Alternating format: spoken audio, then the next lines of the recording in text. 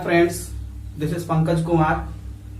और भारत में राष्ट्रवाद जो चैप्टर है वो इसका लास्ट पार्ट लेकर मैं आया हूं आप लोग के सामने।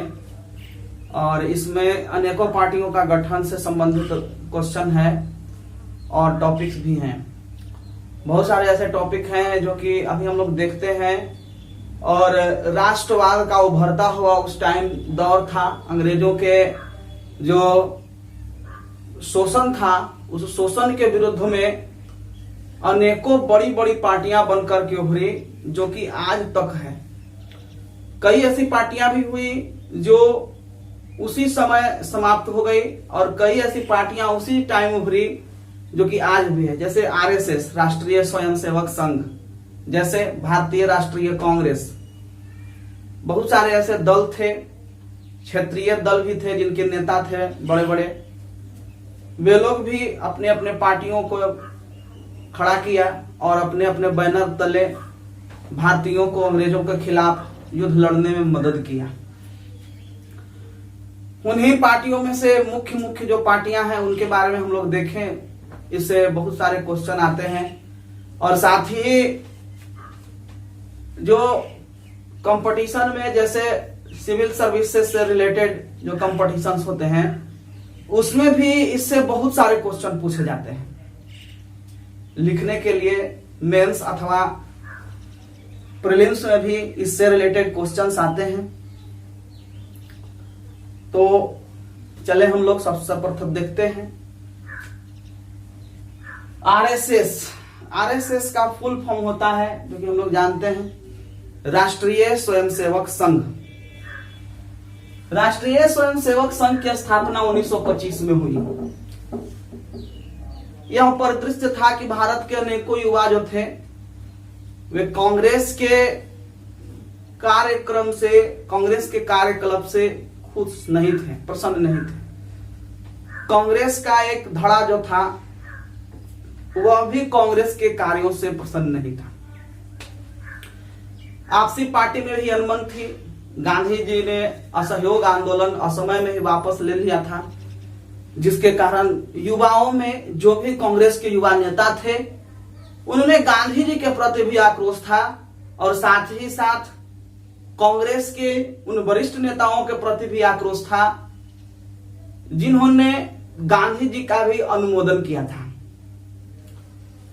साथ ही साथ जो लोग थे, जो युवा वर्ग थे, वे भारत की आजादी को इनडायरेक्टली समझौतापूर्ण व्यवहार करके नहीं चाहते थे।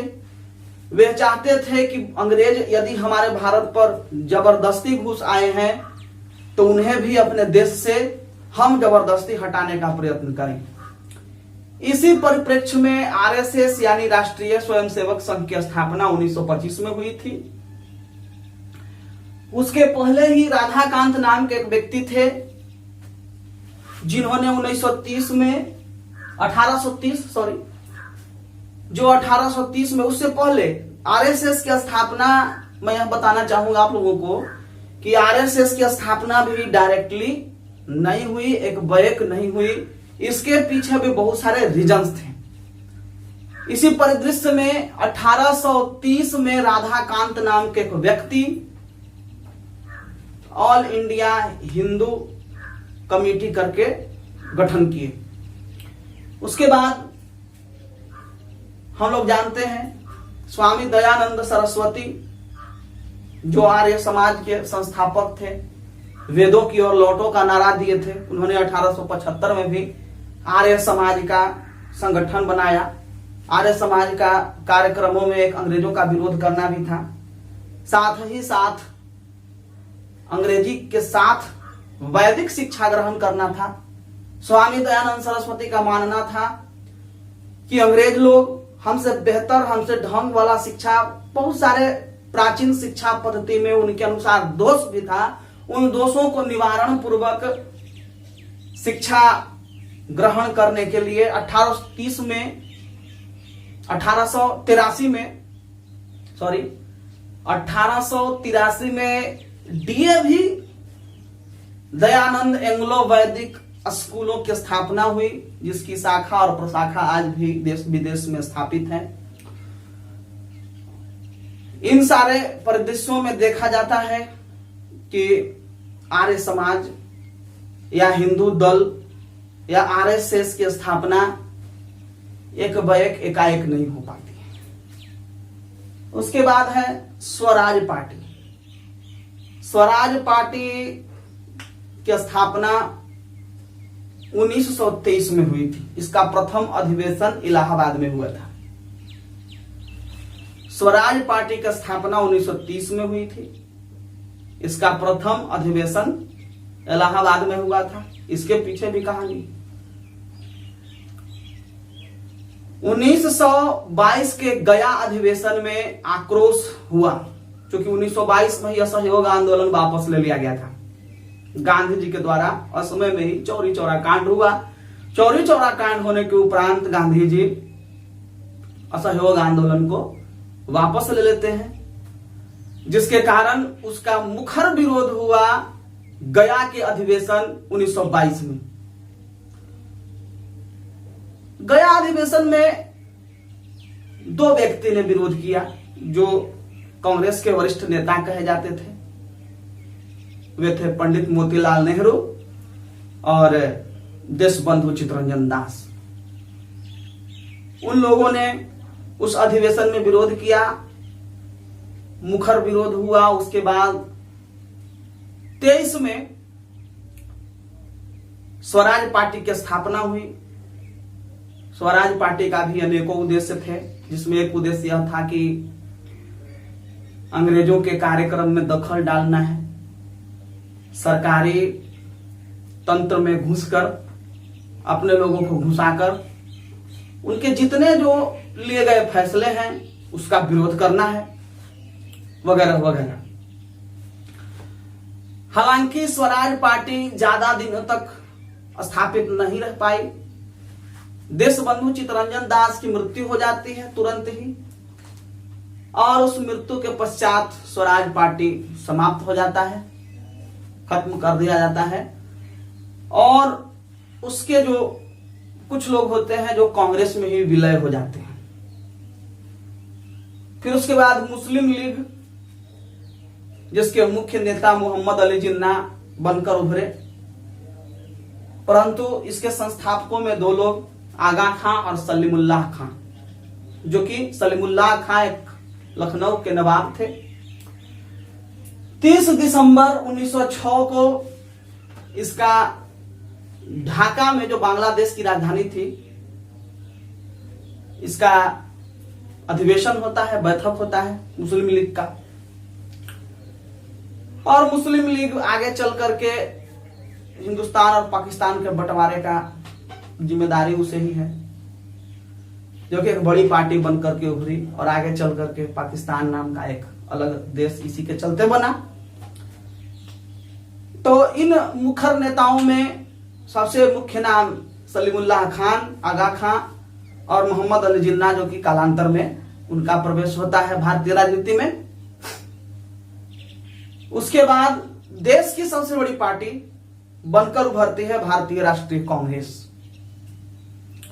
क्योंकि अंग्रेजों का यह भी मानना था कि कांग्रेस हिंदू की पार्टी है, और अनेकों अंग्रेज ऐसे लॉर्ड्स आए, गवर्नर्स आए, जो कि कहा करते थे कि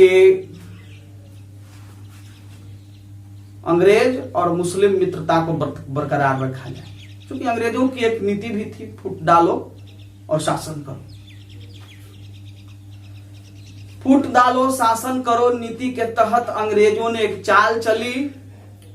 चाल के फलस्वरूप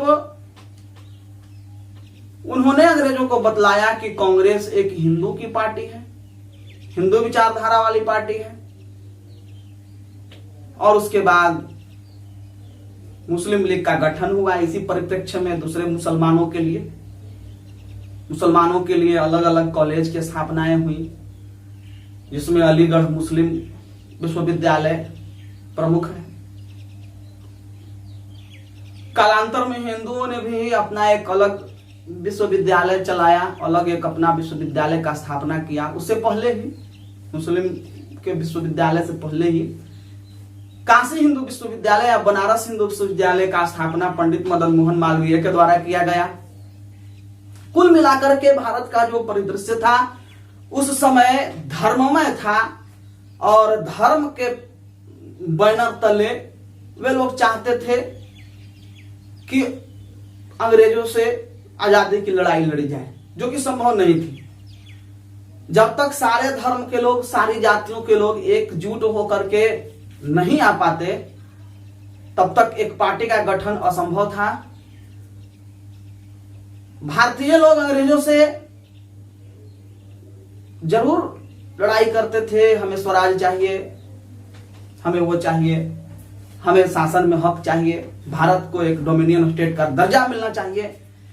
परंतु इन सभी के परिप्रेक्ष्य में, इन सभी के बनिस्पत भारतीयों के पास एक बहुत बड़ी कमी थी, जो कि यह था कि राष्ट्रीय स्तर पर कोई भी बड़ी पार्टी उस समय नहीं थी। तो राष्ट्रीय स्तर पर एक बड़ी पार्टी का निर्माण हुआ आगे चल करके। उसी पार्टी का नाम हम लोग आज भारतीय राष्ट्रीय कांग्रेस या कांग्रेस पार्टी कहते हैं। यह कांग्रेस पार्टी जो थी वह न तो किसी धर्म की थी, न तो किसी जाति की थी, परंतु फिर भी इसे हिंदू होने का ठप्पा अंग्रेजों द्वारा लगाया गया।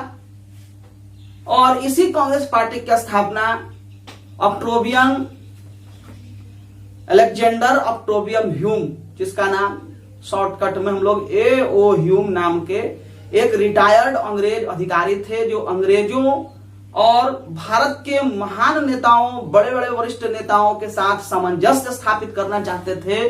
उन्हीं के प्रयासों से कांग्रेस पार्टी की स्थापना होती है। देखा जाए यहां भारतीय राष्ट्रीय कांग्रेस A.O. ह्यूम, हमने लिखा है इसे। इसकी स्थापना 28 दिसंबर 1885 को गोकुल दास तेजपाल संस्कृत कॉलेज बंबई में हुआ। कांग्रेस की अधिवेशन या बैठक पुणे में होना था 23 से 25 दिसंबर को।